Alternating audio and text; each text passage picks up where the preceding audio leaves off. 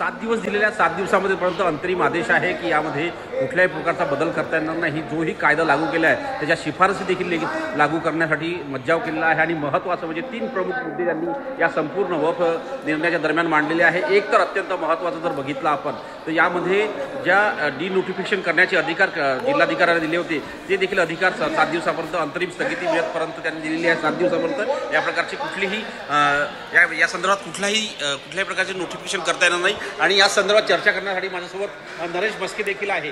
नरेश मस्केंची आपण चर्चा करण्याचा प्रयत्न करूया। आणि महत्त्वाचं म्हणजे जर बघितलं तर नरेश मस्केंचं काय म्हणणं आहे सर, आजचं काय निर्णय वाटतो, काय वाटतं तुम्हाला? हे बघा, वक्फ सुधारणा विधेयकाला कुठल्याही पद्धतीची स्थगिती मिळालेली नाहीये।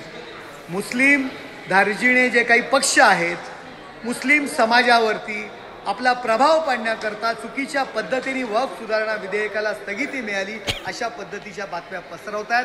सरकारने जे सुप्रीम कोर्टाने 2 मुद्द्यांवरती चर्चा केली होती की ज्या वक्फ बोर्डामध्ये त्या ठिकाणी ज्या काही सदस्यांची नेमणूक आहे, आज मायनॉरिटीज डिपार्टमेंट जे आहे सरकारचं, त्यांनी त्यांना सांगितलेलं आहे की पुढील 7 दिवसाचा जो काही अवधी आहे तोपर्यंत आम्ही नेमणुका करणार नाही।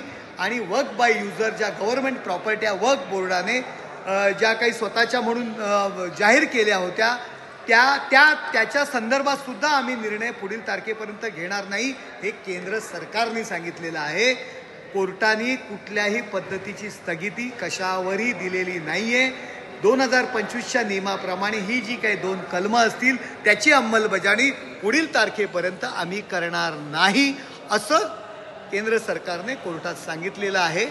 वक्फ सुधारणा विधेयकावर कुठल्याही पद्धतीची स्थगिती दिलेली नाहीये। पण 7 दिवसापर्यंत कुठलाही निर्णय घेता येणार नाही असे म्हटलं ना सरकारनेच सांगितलेलं आहे, आम्ही 7 दिवसापर्यंत आम्ही कुठला निर्णय घेणार नाही या दोन कलमांच्या संदर्भात। कारण हे बघा, नेमणुका हा राज्यांचा विषय असतो, राज्यांचा निर्णय असतो। वक्फ बोर्ड हे प्रत्येक राज्यांचं वेगवेगळं असतं। आणि त्याचबरोबर जो वक्फ बाय युजर जो सरकार जिल्हाधिकाऱ्यांना त्यामध्ये स्क्रुटिनी करण्याचे जे अधिकार दिले होते त्या राज्यातल्या त्या ठिकाणच्या जमिनी आहेत। आपल्या देशामध्ये देश पहिला महत्त्वाचा आहे, राज्य महत्त्वाचं आहे, जिल्हा, शहर आणि मग माझं गाव। जर एखाद्या रेल्वे लाईनचं हायवेचं काम सुरू आहे, रेल्वे लाईनचं काम सुरू आहे आणि कोणतरी उठतं आणि सांगतं की 100 वर्षापूर्वी 50 वर्षापूर्वी माझे पूर्वज या ठिकाणी नमाज पाडायचे, कुठलीही कागदपत्र नाही आहेत, कुठलाही नकाशा नाही आहे आणि वक्फ बोर्डाने ती जमीन वक्फ बोर्डाची म्हणून जाहीर केलेली आहे आणि देशाचा, राज्याचा, जिल्ह्याचा, गावाचा विकास खुंटलेला आहे, त्यांचं म्हणणं केंद्र सरकार कोर्टात मांडणार आहे। त्याकरता त्यांनी मुदत मागितलेली। ह्या देशामध्ये देशाला पहिलं महत्त्व दिलं पाहिजे। कुठलंही मंडळ असेल, कुठलंही महामंडळ असेल, हे देशाच्या प्रगतीपुढे त्याची किंमत शून्य आहे। देशाच्या विकासाच्या कायदा जर एवढा योग्य होता, कायदा जर योग्य आपण सुद्धा वक्फ समितीचे सदस्य होता, कायदा योग्य होता, तर मग आज त्यांना 7 दिवसाची अंतरिम काय मिळेल? कोर्टामध्ये जेव्हा सुप्रीम कोर्टाने हा जो विषय उपस्थित केला की याचा अर्थ काय किंवा याच्यावरती सरकारचं म्हणणं काय, सरकारने 7 दिवसाची मुदत मागितलेली आहे। हे बघा, कायदा कुठल्याही पद्धतीत रद्द केलेला नाहीये। कायदा करण्याचा अधिकार संसदेला आहे, स्थगिती दिलेली नाहीये। सरकारने, केंद्रीय सरकारने मुदत मागितलेली आहे आपलं म्हणणं मांडण्याकरता। स्थगिती कुठल्याही पद्धतीने स्थगिती दिलेली नाही।